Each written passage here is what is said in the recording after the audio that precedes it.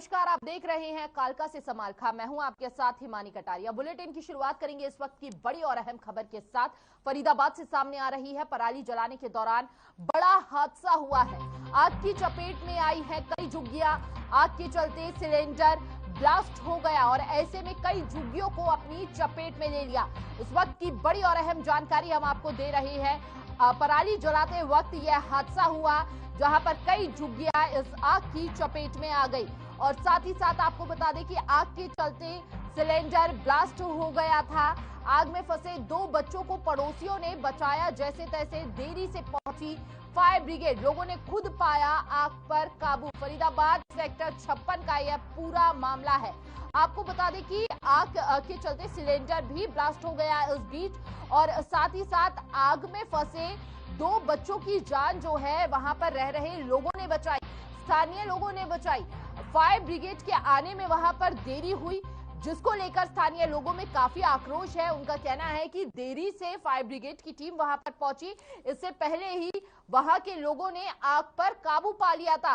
तो आप एक्सक्लूसिव तस्वीरें देखिए सिर्फ हर खबर पर। आप देख रहे हैं क्या स्थिति रही वहां पर और किस तरह से स्थानीय लोग जो है लगातार प्रयास कर रहे थे आग को बुझाने के लिए। लगातार कड़ी मशक्कत के बाद आग पर काबू पाया गया। आग ने कई झुग्गियों को अपनी चपेट में ले लिया। साथ ही साथ आपको बता दें कि गनीमत यह रही कि 2 बच्चों की जान जो है वह जोखिम में थी। हालांकि स्थानीय लोगों ने उन दोनों बच्चों की जान बचा ली।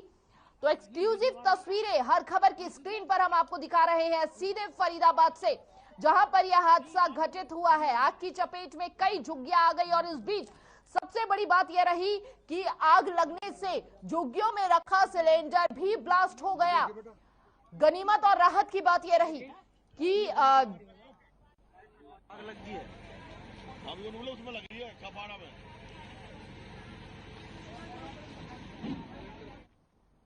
और ज्यादा जानकारी के लिए संवाददाता सुशांत फरीदाबाद से हमारे साथ जुड़ चुके हैं फोन लाइन पर। सुशांत, क्या कुछ अपडेट है इस पूरे मामले को लेकर फिलहाल आपके पास अभी?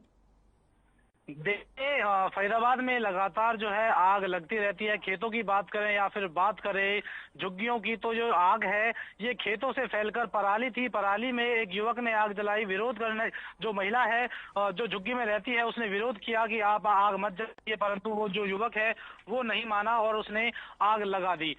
जो आग है वो फैलते फैलते उन झुग्गियों में जा आई और उसके बाद जब झुग्गी पर आग पकड़ ली तो उस महिला ने मदद के लिए स्थानीय लोगों को बुलाया। जब तक स्थानीय लोग वहां पर पहुंचते तब तक जो आग है वो अपने चपेट में झुग्गी ले चुकी थी। वहां पर 2 बच्चे सोए हुए थे खाट पर, एक 6 महीने का बच्चा था और 1 साल का बच्चा था। वहां पर 2 कुत्ते बंधे हुए थे और एक जो गाय है वो वहां पर बंधी हुई थी, परंतु बच्चों को जो है पड़ोसियों ने निकाल लिया, गाय को जो है वो खुद उस महिला ने निकाल लिया, परंतु जो 2 कुत्ते थे वो वहां पर जलकर खाक हो गए। जो कुत्ते हैं वो चीखते रहे, परंतु आग इतनी ज्यादा थी कि पड़ोसी वहां पर नहीं पहुंच सके और जो है आग इतनी भयंकर हो चुकी थी कि जो कुत्ते हैं वो जलकर खाक हो गए। अपडेट यह रही कि जो पुलिस है वो थोड़ी देरी से पहुंची। फायर ब्रिगेड की जो गाड़ी है वो हमने खुद फोन किया फायर ब्रिगेड को, तो वो भी देरी से पहुंची, परंतु गनीमत यह रही कि कोई भी हताहत नहीं हुआ है। 2 जो बेजुबान हैं उनकी मृत्यु ऑन द स्पॉट हो गई है। जी बिल्कुल, 2 मासूम जानवर जो हैं वह आग की चपेट में आ गए। हालांकि स्थानीय लोगों में काफी रोष देखा जा रहा है फायर ब्रिगेड की गाड़ियों को देर में आने के कारण। जी सुशांत। जी, बता दें आपको कि 56 सेक्टर प्रतापगढ़ की ये जो एरिया है, सड़क की थोड़ी सी खराबी है और जो ये आग है ये धीरे धीरे खेतों से जाकर झुग्गियों में फैली। सिलेंडर भी ब्लास्ट हुआ। सिलेंडर का ब्लास्ट इतना तेज था कि जो आसपास के लोग थे वो घबरा गए और भगदड़ जैसी जो माहौल है वो वहां पर बन गया। और पुलिस की जो मुस्तैदी है वो वहां पर बिल्कुल नहीं देखी। 50 मीटर की दूरी पर पुलिस जो बूथ है वो वहां पर मौजूद है। पुलिस की आरवी वैन जो 50 मीटर की दूरी पर खड़ी थी, परंतु पुलिस जो है वो काफी देरी से पहुंची। जो पुलिस है वो तमाशबीन बनी रही और देखते रही आग को फैलते हुए, परंतु पुलिस ने कुछ नहीं किया। बड़े सवाल उठ रहे हैं। जिम्मेदारान विभाग जो है वही लेट लतीफी के कारण जो है देर से पहुंच रहा है। आपसे यहां पर एक और बात जानना चाहेंगे। देखिए, पराली जलाते वक्त यह हादसा घटित हुआ, ऐसे में कौन वो लोग थे जिन्होंने वहां पर पराली जलाई? साथ ही साथ प्रशासन द्वारा क्या कुछ कार्रवाई की जा रही है अभी इसी पूरे मामले को लेकर? जी बिल्कुल, देखिए मालिक से जब हमने बात की तो मालिक का स्पष्ट रूप से कहना है कि मैंने आग नहीं लगाई है, मेरा जो नौकर है जो मैंने रखा हुआ था खेतों की देखभाल करने के लिए उसने आग लगाई है। परंतु स्थानीय लोगों से जब हमने बात की तो स्थानीय लोगों का कहना है कि खुद मालिक ने पेट्रोल छिड़क कर आग लगाई और मौके पर जो मालिक है वो फरार हो गया। जब आग पूरी तरह से काबू कर ली गई तब मालिक वहां पर पहुंचा और अलग अलग तरह के जो बयान है वो देने लगा। जी, तो ऐसे में स्थानीय लोगों का क्या कुछ कहना है अभी फिलहाल?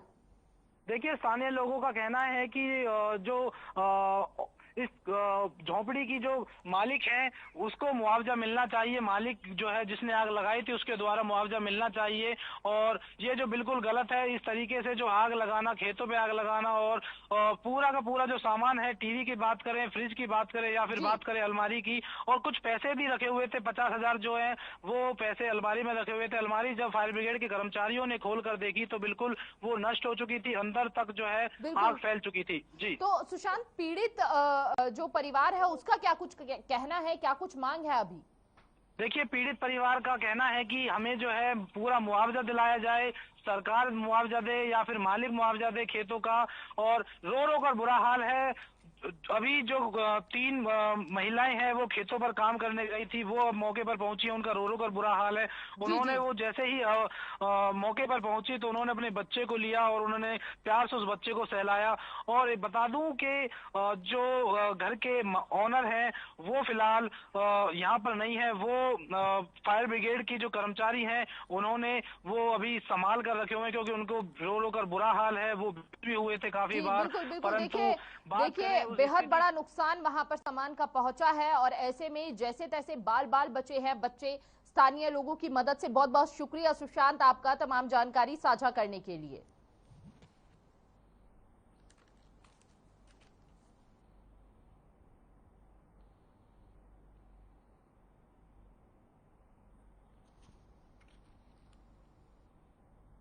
तो चलिए इस वक्त की दूसरी बड़ी खबर की ओर रुख करेंगे। इस वक्त की बड़ी खबर चंडीगढ़ से सामने आ रही है। आपको बता दें, बिजली कट पर बोले दुष्यंत चौटाला। बड़ा बयान सामने आया है दुष्यंत चौटाला का, माफ कीजिएगा रंजीत चौटाला का बयान ये सामने आया है। बिजली कट पर होगी कटौती, किसानों को नहीं होगी बिजली की दिक्कत, प्रदेश में कोयले का कोई भी संकट नहीं उत्पन्न होगा। इस बार भी मांग के मुताबिक जो है वह तमाम कार्रवाई की जाएगी। बिजली कट पर रंजीत चौटाला का यह बड़ा बयान, बिजली कट में होगी कटौती, किसानों को नहीं होगी बिजली की कोई भी दिक्कत, प्रदेश में कोयले का कोई संकट नहीं है, साथ ही इस बार भी मांग के मुताबिक उपलब्ध रहेगी बिजली। तो ऐसे में रंजीत चौटाला का यह बड़ा बयान, आपको बता दें कि बिजली कट पर यह बयान सामने आया है, जहां पर वह कहीं ना कहीं आश्वासन और राहत भरी खबर देते हुए नजर आ रही है किसानों को, प्रदेशवासियों को। उनका कहना है कि अब जिस तरह से बिजली कट पर रंजीत चौटाला का यह बयान सामने आया है कि बिजली कट में कटौती होगी, किसानों को अब बिजली की दिक्कत नहीं होगी, आने वाले समय में प्रदेश में कोयले का भी कोई संकट नहीं है, इस बार भी मांग के मुताबिक उपलब्ध होगी बिजली। तो यानी कि जो मांग रहेगी बिजली की उसके मुताबिक ही बिजली उपलब्ध होगी। इस वक्त की बड़ी और अहम जानकारी हम आपको दे रहे हैं, प्रदेश के कोयले का कोई भी संकट नहीं है, प्रदेश में कोयले का कोई भी संकट नहीं है। रंजीत चौटाला का यह बड़ा बयान सामने आया है। और इस बीच आपको यह भी बता दें कि सूरज के तेवर लगातार तल्ख है, गर्मी जो है अपना प्रकोप दिखाती हुई नजर आ रही है। और इस बीच रंजीत चौटाला का यह बड़ा बयान सामने आया है, जहां पर बिजली कटौती को लेकर यह बात उन्होंने कही है और बड़ी राहत देते हुए नजर आए हैं। बिजली पर अब नहीं होगी बिजली की कटौती, चौटाला का यह बयान है। किसानों को बिजली की दिक्कतों का जो सामना अब तक करना पड़ रहा था अब वह नहीं करना पड़ेगा। तो इस वक्त की यह बड़ी और अहम जानकारी हम आपको दे रहे हैं।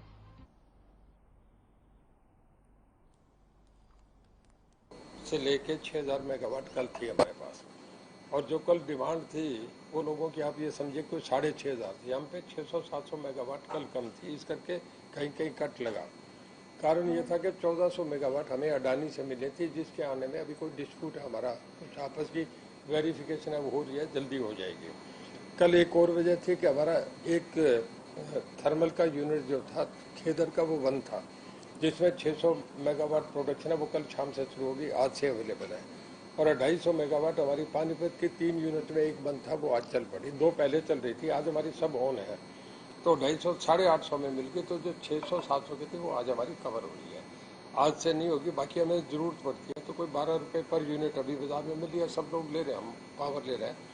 कहीं भी हमारी कोशिश रहती है कि कहीं भी कट ना लगे, पर कहीं क्योंकि पीक सीजन है, कहीं 10-20 मिनट का आ जाता है तो भी उसे हम रोक सकते।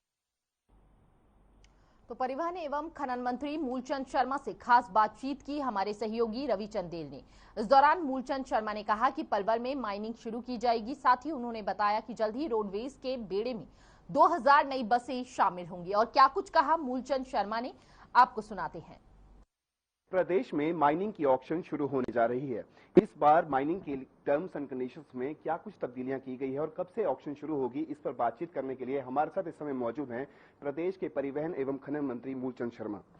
सर, किन किन स्थानों पर माइनिंग जो है वो होने ऑक्शन लगने जा रही है और साथ ही साथ कौन सी डेट है जिस पर ये ऑक्शन लगेंगी?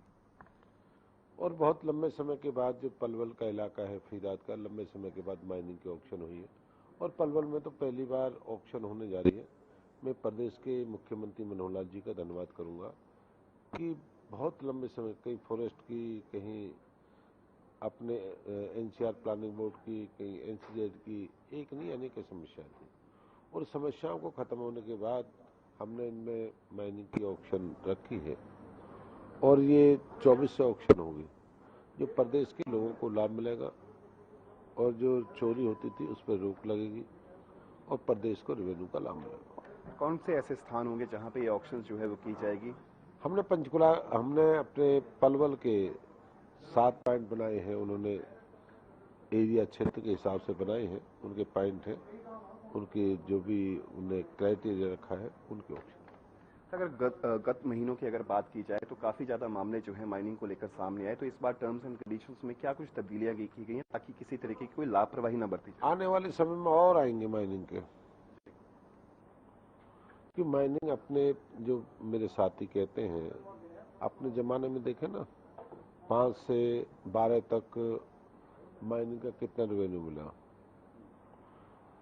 और 15 के बाद 14 के बाद माइनिंग कितना रेवेन्यू मिला और 14 के बाद कितना माइनिंग मिला, रेवेन्यू मिला। रेवेन्यू बढ़ा है, कलेक्शन बढ़ी है और माइनिंग हमने उनको जो सस्पेंड थी माइनिंग, उनको ऑक्शन करा है और जितनी माइनिंग थी उनको सबको ओपन बोली में लाए हैं। और यही किस्सा है पलवल का, करनाल, सोनीपत, फरीदाबाद, इन सब की ऑक्शन हम करने जा रहे हैं और खुली बोली है, कोई आओ, किसी दल का हो, कोई सी पार्टी का हो, कोई व्यापारी हो, कोई कर्मचारी हो, खुली बोली। पहले नहीं है अपना कौन पराया कौन, पहले आओ पहले पाओ, अब तो खुला है, कोई रहो। पहले तो कहते किसके नाम से माइनिंग है, फिर नाम लिखे जाया करते थे, ये मेरा वर्कर है, रिश्तेदार है। ये पहली सरकार है जिसकी ओपन बोले कोई नहीं है। अगर बात करें टर्म्स एंड कंडीशंस की, जिस तरीके से अगर देखा जाए तो कई बार क्या होता है कि अगर घाटा होता है, किसी भी माइनिंग कॉन्ट्रैक्टर को जो है घाटा पड़ता है, तो उसको लेकर क्या कुछ दिशा निर्देश जो है इस बार नए उसमें तब्दीलियां की गई हैं, किस तरीके से वो अमली जामा पहनाया गया है? जो भी ने 25% का रखा है, 25% हम 1 महीना में जमा कराएंगे। जो 3 किस्त उसमें रहेंगी अपने महीने की, अगर किसी को घाटा है तो 1 महीना पहले नोटिस देते हम बंद कर देंगे और उसके ऊपर ब्याज भी नहीं लगेगा, पहले बंद कर देंगे हम। अब ये नहीं कि माइनिंग बंद होगी ब्याज चलता रहे उस पर, अब तो 1 महीना पहले नोटिस दे, दूसरे महीने बंद कर देंगे। तो अगर हरियाणा की लाइफलाइन यानी कि रोडवेज की अगर बात की जाए तो रोडवेज के बेड़े के अंदर कितनी बसें जो है वो शामिल की जाएंगी, क्या कुछ क्राइटेरिया रहेगा और कब तक ये बसें जो है वो बेड़े में शामिल हो जाएंगी? अभी हरियाणा रोडवेज के बेड़े में आने वाले समय में हम 2000 बस शामिल करेंगे और कुछ मिनी बस है, कुछ लग्जरी बस है, तो जल्दी जल्दी हरियाणा रोडवेज के बेड़े को बढ़ाएंगे। सर, जिस तरीके से अगर बात की जाए इंटर स्टेट जिस तरीके से बसेस चलती हैं, काफी कम मात्रा में मौजूदा समय में इंटर स्टेट बसेस सर्विसेज जो है वो लोगों को मुहैया हो पा रही है, चाहे हम पड़ोसी राज्यों की बात करें या फिर उससे हटके अगर हम बात करें जिस तरीके से रोडवेज की जो बसेस की खासतौर पर जो कमी मिल रही है इंटर स्टेट को लेकर, उसको किस तरीके से बढ़ाया जाएगा? धीरे धीरे अब हमारी सारी बसें चल, आने वाले समय जितनी बस आएंगे सबको, लग्जरी बस है, वोल्वो बस है, दूसरी बस है, हम पूरे प्रदेश में चलाएंगे। सर, अगर मौजूदा समय के अंदर जिस तरीके के समीकरण जो हैं वो विपक्षी पार्टी यानी कि कांग्रेस के अंदर बनते हुए नजर आ रहे हैं, किस तरीके से देखते हैं? एक तरफ कांग्रेस की प्रदेशाध्यक्ष कुमारी शैलजा द्वारा जो है वो इस्तीफे की पेशकश की गई है, किस तरीके से देखते हैं आप? नहीं, हमने कहा पूरे प्रदेश में तीसरी बार मनोहर लाल फिर चीफ मिनिस्टर बनेंगे। ये हालात समय कांग्रेस के हालात आज न कल, और प्रदेश में भारतीय जनता पार्टी की 24 से फिर सरकार बनेगी। प्रदेश के मुख्यमंत्री मनोहर लाल जी बनेंगे और कांग्रेस का दिवाड़ा पिट गया। और कांग्रेस में कोई संगठन पूछता है, संगठन को कोई और पूछता नहीं। कभी अशोक तंवर को लठ मार के भगा देते, कभी शैलजा को। पहले इनका अपना पारिवारिक मामला है, पर मैं कह रहा हूँ इनसे कुछ भी नहीं है। लोग देश के प्रधानमंत्री आदरणीय नरेंद्र मोदी जी के नेतृत्व में और प्रदेश के मुख्यमंत्री मनोहर लाल जी के नेतृत्व में ये हालात इस तरह के बनते चले जाएंगे। फिर प्रदेश के मुख्यमंत्री मनोहर लाल जी ने जो नारा दिया था 75 पार, फिर पार हो। सर, एक अंतिम सवाल की महंगाई जिस तरीके से लगातार बढ़ती जा रही है, गैस, डीजल और पेट्रोल की कीमतों में लगातार उछाल आ रहा है, आम आदमी खासा इससे प्रभावित हो रहा है, तो क्या कुछ प्रबंध जो है वो सरकार द्वारा अपने स्तर पर किए जा रहे हैं? मैं सबसे पहले केंद्र की सरकार, प्रदेश की सरकारों का, सभी सरकारों का धन्यवाद करता हूँ कि महंगाई, मैं ये नहीं कहा महंगाई, पर महंगाई को काबू कंट्रोल रखा है। दूसरे देशों की हालत देखिए, अपने पड़ोसी देशों की हालत देखिए। यूक्रेन में युद्ध है, हाहाकार मचा हुआ है। पड़ोसी नजदीक चले जाइए, यहीं से 300 किलोमीटर दूर, क्या हालत है उस देश की। साउथ में चला जाइए, क्या हालत होगी उनकी। पर मैं तो भारत में अपने राष्ट्रीय नेतृत्व का, देश के प्रधानमंत्री जी का और प्रदेश के सभी मुख्यमंत्री जिनने महंगाई को कंट्रोल करा है और कंट्रोल साथ है। अब देश के लोग कहते हैं महंगाई कितनी हो, पैसा राष्ट्र हित में, राष्ट्र के लिए काम हो रहा है। मोदी जी के नेतृत्व में अगर कोई पैसा का, पता है कि युद्ध चला हुआ है, महंगाई भी आएंगी, बीमारियां भी आएंगी, परेशानियां भी आएंगी, इन सब के बावजूद देश महान है।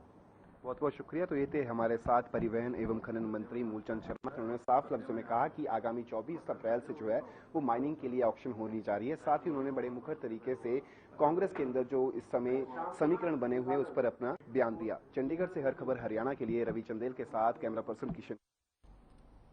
चलिए खबरों में आगे बढ़ेंगे। प्रधानमंत्री फसल बीमा योजना से संबंधित समस्याओं के निपटारे के लिए ऑनलाइन पोर्टल लॉन्च किया गया। इस पोर्टल के लॉन्च होने से किसानों की वकील अब खुद सरकार बनेगी। इसी कड़ी में कृषि मंत्री जेपी दलाल ने बड़ा बयान दिया है। कृषि मंत्री जेपी दलाल ने कहा है कि किसी भी वजह से अगर किसान की फसल खराब होती है तो वो अपनी समस्या इस पोर्टल में डाल दे। इस पोर्टल के लॉन्च होने के बाद किसानों को किसी भी अधिकारी के चक्कर काटने नहीं पड़ेंगे। खास बात यह भी है कि 15 दिनों के अंदर किसान अपनी शिकायत को ट्रैक कर सकता है कि आखिरकार उनकी शिकायत कहां तक पहुंची है और कब तक निपटारा होगा। की सुविधा के लिए ये पोर्टल चालू किया है। हमारे विभाग एक बीच में मॉनिटरिंग करे कि हर एक किसान के बीमा राशि दिलवाने में सहायक हो। ये हम सुविधा एक अपने विभाग में अलग विंग बना करके ये कर रहे हैं तैयार, जिससे कि किसी भी किसान को इधर उधर घूमना ना पड़े। इस पोर्टल पे ही आजकल के किसानों के बच्चे धीरे धीरे करके पोर्टल यूज करना सीख गए हैं और पोर्टल पे चढ़ा दें। उनको कोई समस्या है, उनको क्लेम कम मिल रहा है, क्लेम लेट से मिल रहा है, तो हम धीरे धीरे करके उनमें एक सुविधा प्रदान करेंगे कि किसान को अगर उसका जो हक है बीमा राशि का समय पर मिले, देर से मिले तो उसको हम कोशिश करेंगे ब्याज भी मिलेगी। तो कैथल की एम्प्लॉयज कॉलोनी में एक युवक ने खुद को लाइसेंसी रिवॉल्वर से, माफ कीजिएगा, गोली मारकर आत्महत्या कर ली। गोली की आवाज सुनकर आसपास के इलाके में हड़कंप मच गया। बता दें कि आत्महत्या से पहले मृतक ने एक सुसाइड नोट भी लिखा है, जिसमें उसने लिखा कि उसकी पुत्रवधू तन्विका और उसके परिवार के लोग उसे लगातार मानसिक रूप से परेशान कर रहे हैं, जिसके चलते उसने आत्महत्या कर ली। इस दौरान मौके पर पहुंची पुलिस ने सुसाइड नोट के आधार पर मामला दर्ज कर कार्रवाई शुरू कर दी है।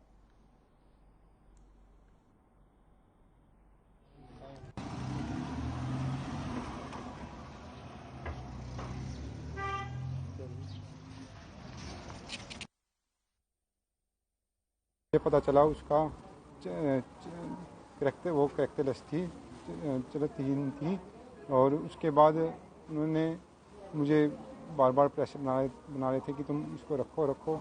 मैं मना कर रहा था। फिर हमने तलाक ले लिया था। तलाक लेने के बाद पंचायत हुई, पंचायत में कहते हैं कि बच्चों का ध्यान कौन रखेगा, बच्चों को बारे में सोचो, जो हो गया कोई बात नहीं। फिर उस पंचायत के दौरान प्रकाश चहल, दलबीर चहल की थाना और कुलबीर चहल ने मेरे पिताजी के साथ गाली गलौज की और जान से मारने की।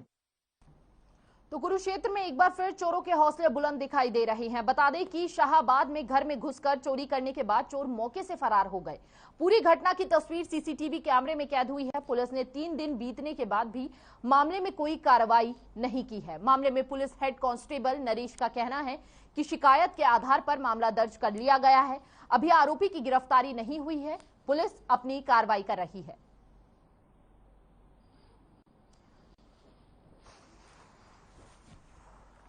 चोरी के बारे में कल हमारे को दरखास्त प्राप्त हुई थी, जिसमें बताया गया कि एक अनमोल नाम का लड़का घर में से आके और एक पर्स घर से चोरी करके ले गया है और उसमें 45,000 रुपये और कुछ डॉक्यूमेंट और एक छोटा मोबाइल वगैरह था, जिसके बारे में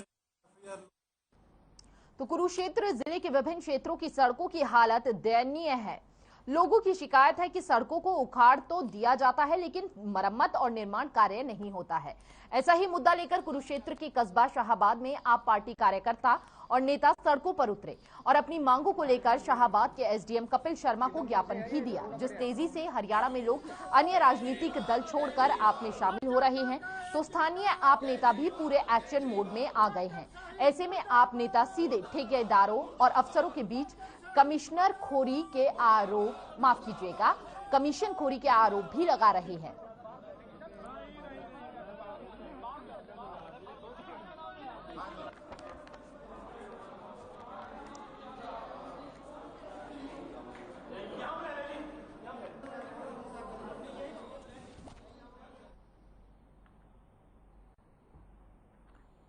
तो खबर सोनीपत से है, जहां राइस स्पोर्ट्स स्कूल में नई कक्षाएं आज से लगनी शुरू हो गई हैं, जिसका शुभारंभ विद्यालय के छात्र छात्राओं और शिक्षकों द्वारा हवन करके किया गया। हवन में शामिल हुए विद्यार्थी नई कक्षाएं शुरू होने से खुश नजर आए। वहीं शिक्षकों ने भी दावा किया कि भारत की प्राचीन संस्कृति से समय समय पर विद्यार्थियों को अवगत करवाते रहेंगे ताकि उनमें वैदिक ज्ञान भी बना रहे।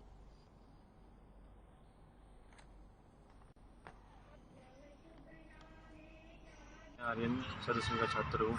आज हमारे सर कर्नल अशोक मोर सिंह ने हमारे देश के लिए शहीद हुए बच्चों को आज नमन किया है और आज हमारे स्कूल के 50 साल पूरे हो चुके हैं। तो सर ने आज उनके लिए एक स्पेशल प्रोग्राम किया था और सभी जो हमारे देश के लिए शहीद हुए उनको नमन भी किया है। मोतीलाल नेहरू स्कूल का आज 50वां एकेडमिक सेशन शुरू हुआ है।